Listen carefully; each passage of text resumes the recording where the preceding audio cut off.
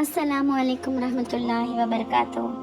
حضرت رافع بن رافع زرخی رضی اللہ تعالیٰ فرماتے ہیں کہ ہم لوگ ایک دن رسول اللہ صلی اللہ علیہ وسلم کے پیچھے نماز پڑھ رہے تھے۔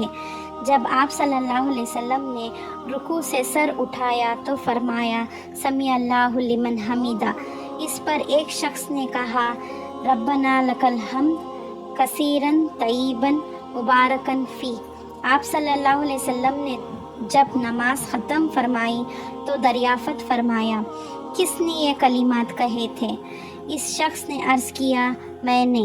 آپ صلی اللہ علیہ وسلم نے ارشاد فرمایا میں نے 30 سے کچھ زیادہ فرشتے دیکھے، ہر ایک اس کلمات کا ثواب پہلے لکھنے میں دوسرے سے آگے بڑھ رہا تھا۔ سبحان اللہ۔ ایسے ہی اچھی حدیثیں جاننے کے لیے میرے ویڈیو کو لائک کیجیے، شیئر کیجیے، کمنٹس کیجیے اور میرے چینل کو سبسکرائب کرنا مت بھولیں۔ جزاک اللہ خیرہ، دعاؤں میں یاد رکھیں۔ اللہ حافظ۔